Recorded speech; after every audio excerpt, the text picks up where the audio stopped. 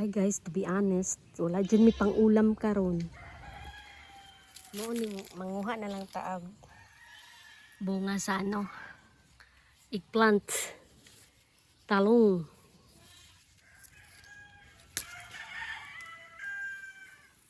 Manguha na lang tanig talong guys, kaya makasudan ta. Makasudan.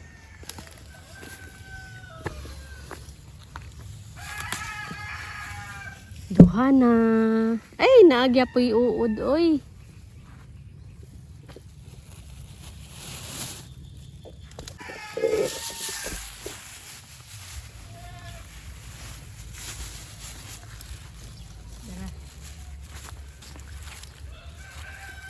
Manguha tag sudan. Kaya wala na tayo sudan, guys. Bisa damay lang, basta na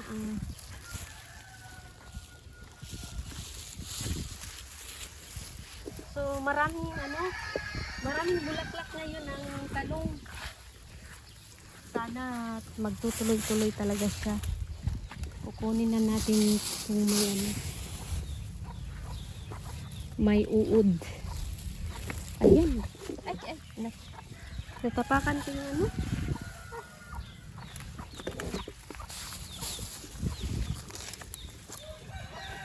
Aradong. Aba, marami-rami na to.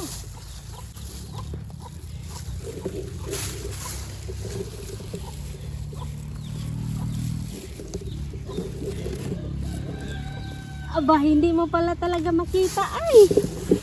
Aba.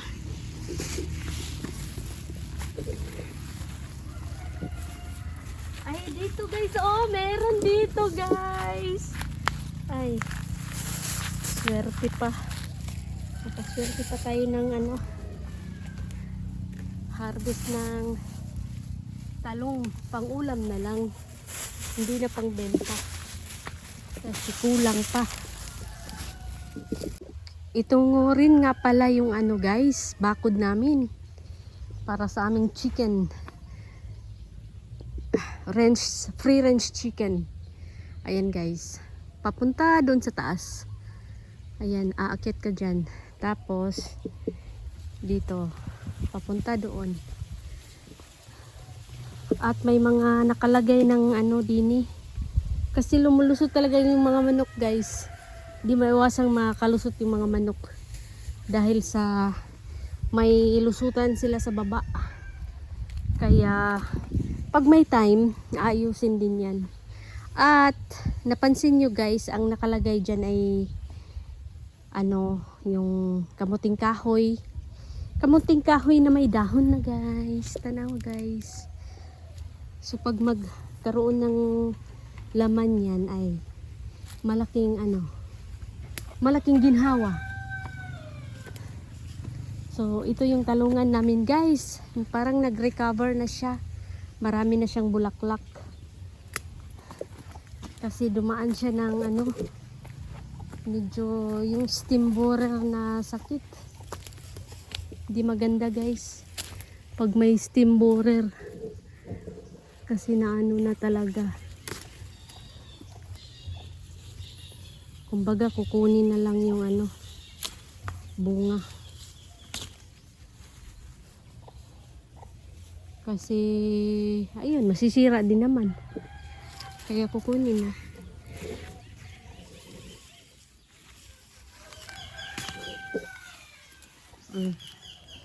Ayan guys. Ayan, pauwi na. Pauwi na tayo guys kasi nga magluto na pananghalian. O di ba, kahit wala kang pera pag nandito ka sa bukid, may tanim ka. Maliban na lang kung wala kang tanim. Hindi nagtatanim. Kaya wala ka talagang makain. At dito sa amin guys, ang layo ng Jollibee, McDonald's. Bukid kasi dito guys. Bukid talaga dito guys. Mga manok, antay muna kayo ng pagkain. kami muna ang kakain. Hanap-hanap muna kayo ha. Ay, kami muna ang kakain. Pagkatapos kayo naman. Okay? Agree? Agree ba? Sobrang init na dito. Oh my God. Sana uulan pa ulit. So, ito na guys.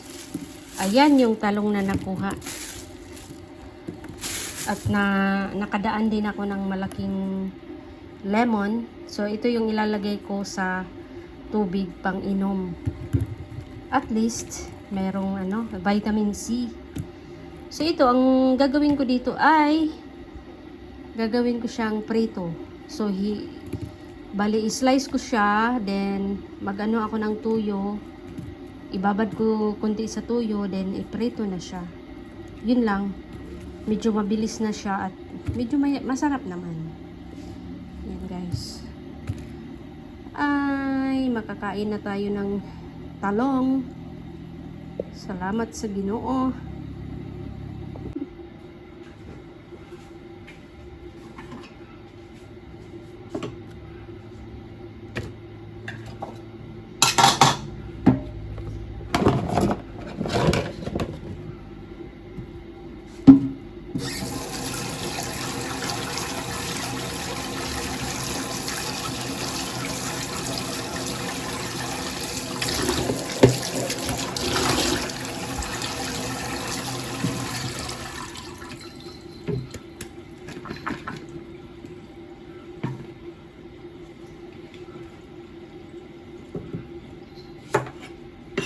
So guys, hindi ko lahatin to guys. Hindi ko lahatin to. Bali. Oh, maganda pa pala oh. So may mga nakaligtas sa stem borer. So ganito lang guys, tapos ibabad ko siya sa tuyo.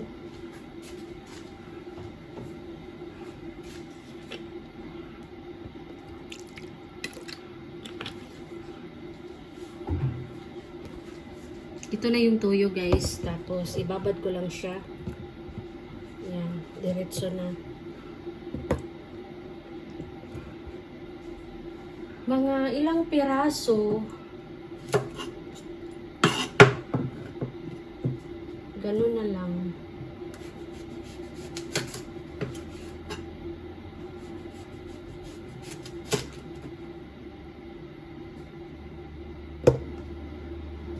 Tingnan nyo guys oh.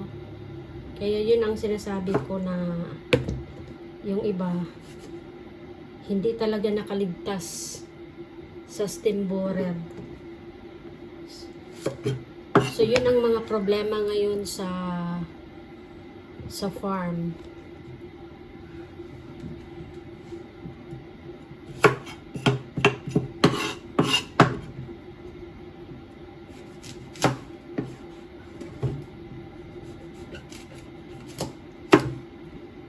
Kasayang oh.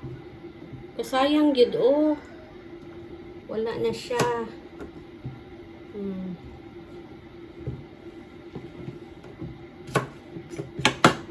Hindi talaga siya nakaligtas. Oh my God.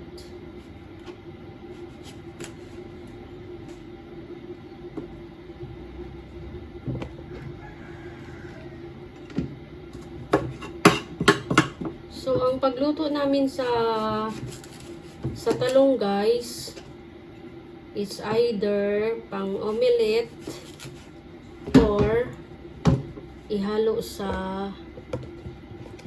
paksiw or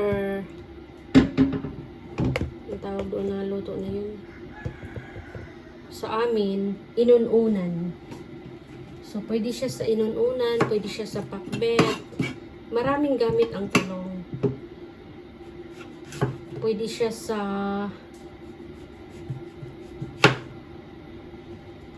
medyo nakaligtas siya. Ayan. Pwede rin siya sa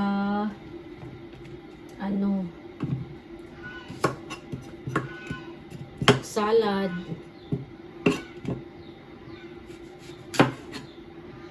Eggplant salad. Pwede siya.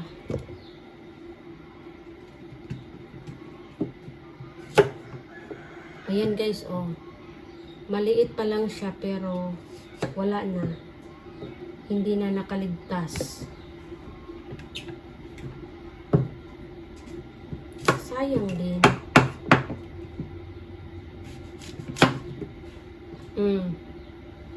Sayang, di ba?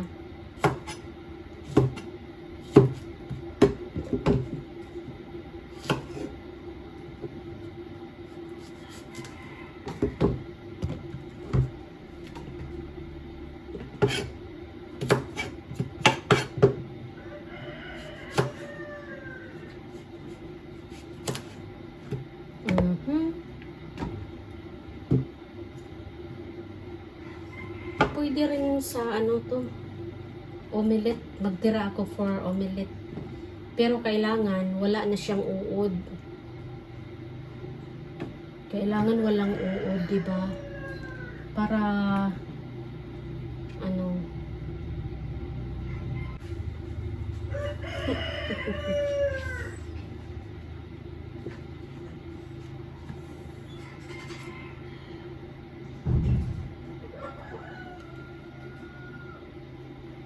So, magtira ako for omelette. Ayan, ito. Ititira ko siya. So, ang sobra, preserve na natin. Ilagay sa ref para ma-preserve.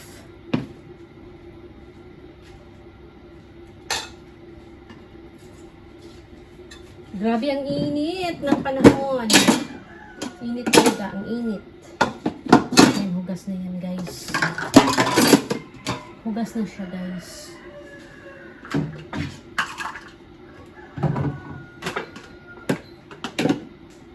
Okay. So, ito ang gagawin ko dito. Ibibigay ko sa manok. Ibibigay ko sa manok guys. Tadtarin ko siya. Tapos ibibigay ko sa free range chicken. Kasi yung mga free range chicken, kumakain ng mga ganito. Yung mga Rhode Island Red. Or, kasi yung mga native, hindi masyado matakas sa mga ganito.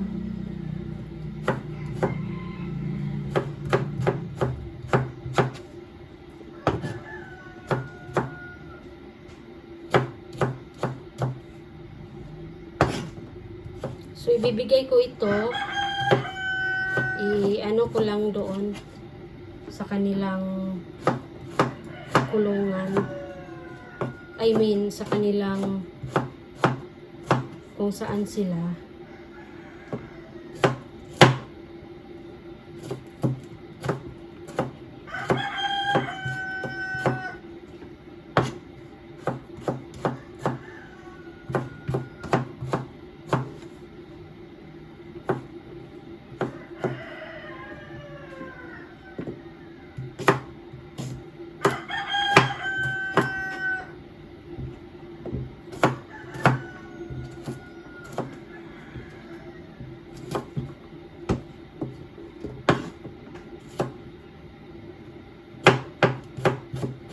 Mabubusog na sila nito. Tuwang-tuwa sila pag mabigyan ng mga ganito.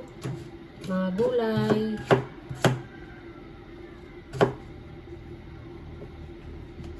Basta kung pwede makain, kainin nila. Napaka-organic guys. Napaka-organic. Ayan. Ito, i-ready ko lang siya. Then, ibibigay ko siya mamaya. So, ngayon guys, ito na siya guys. Ayan, may tuyo siya. So, i-ano ko lang siya sa tuyo. Ayan.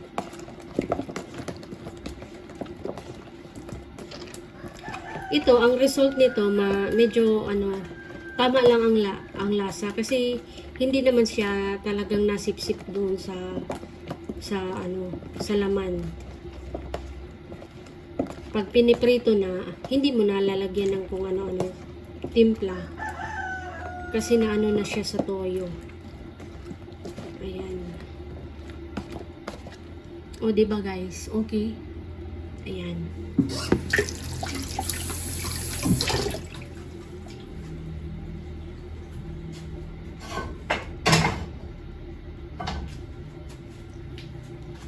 Tapos maghahanda na ako ng lutuan.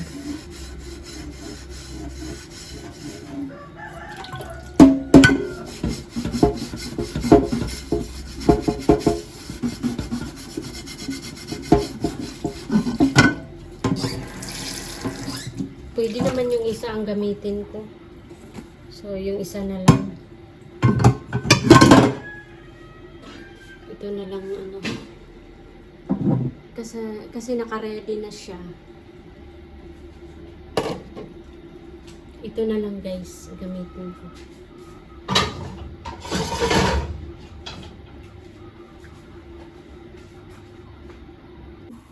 So, ito na guys, magluto na ako. So, lalagyan ko lang siya ng konting oil. Ayan.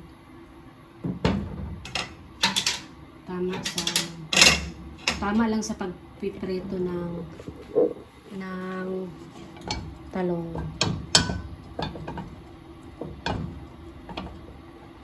So, kanina pala guys, ang breakfast namin ay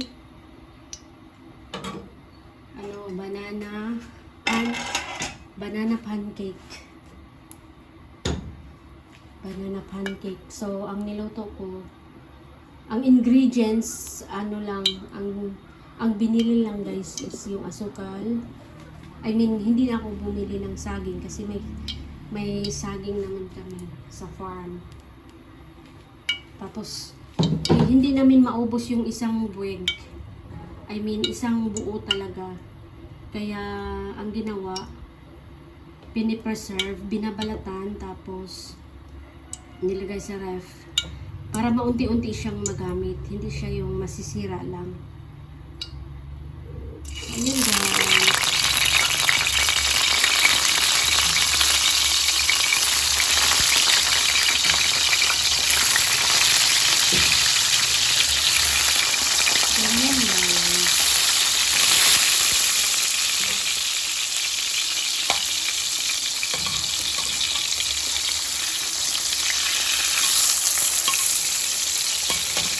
Ganyan lang guys.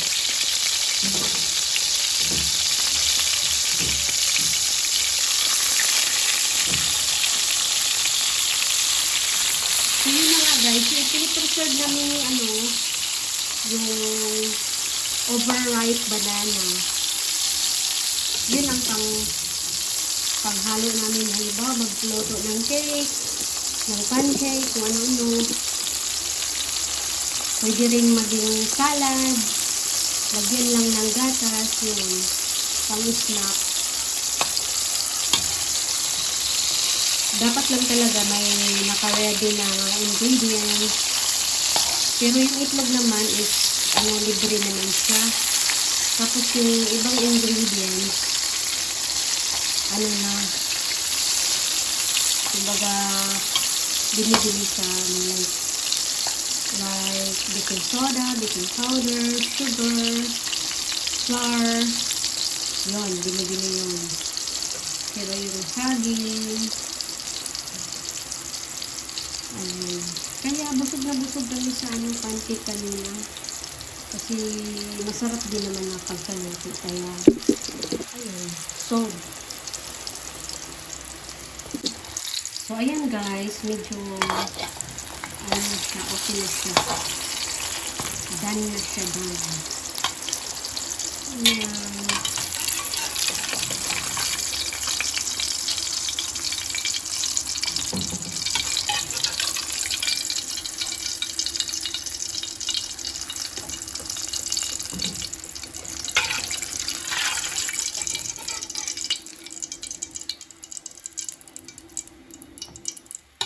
Mabilis lang tumuloto kasi manipis nga lang naman. Kaya mabilis lang talaga siya maluto.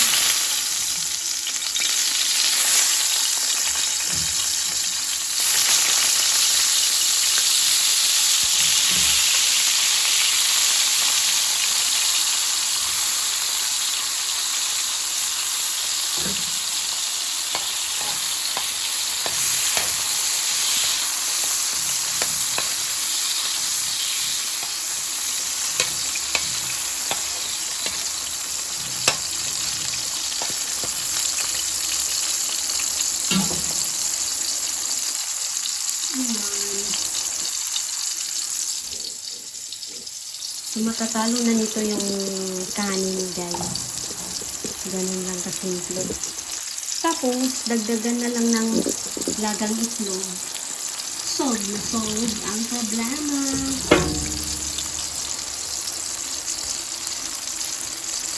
Ang problema lang naman ng tao nun, yung pagkain talaga. Bawat kainan, agahan, tanghalian, hapunan. Yun lang naman talaga ang problema sa buhay. Paano ka makakain.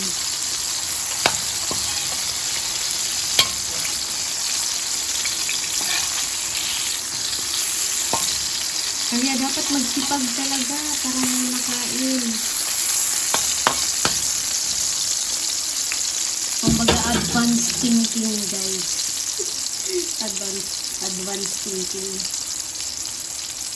So, hindi puro cellphone, hindi puro tulog. Kailangan trabaho rin. Kasi masarap kaya matulog, diba? Buhay prinsesa. Buhay mayaman. Pero, pag hindi naman mayaman, ayan, gawa-gawa ng paraan. Gawa-gawa ng paraan para mabuhay, para makakain. Hi guys, kakain na tayo. Andito na yung niluto ko na eggplant na pinirito lang. Tapos, yun, kanin at saka saging. Ayan, yung saging din ay ulam din. Aray, kalami. O, diba? Let's eat! So, ito na guys. Samahan niyo ako. Ibibigay ko lang ito sa aming mga manok. Para may makain din ang manok. Mamaya ka na, Beaut. Beaut, mamaya ka na, Beaut, ha? Saglit lang, Beaut. Ito lang mga manok muna, Beaut.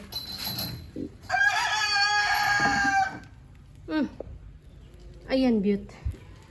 Ayan, Beaut.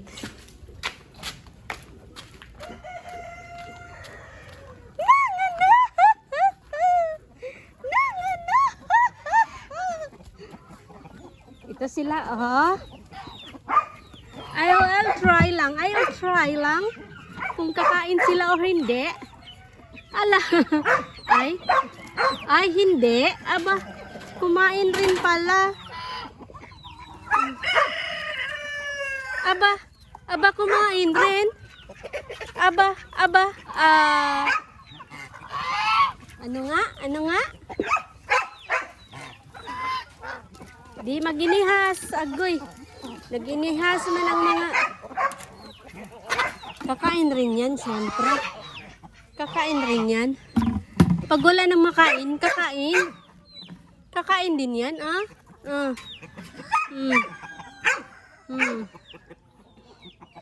Kakain din yan,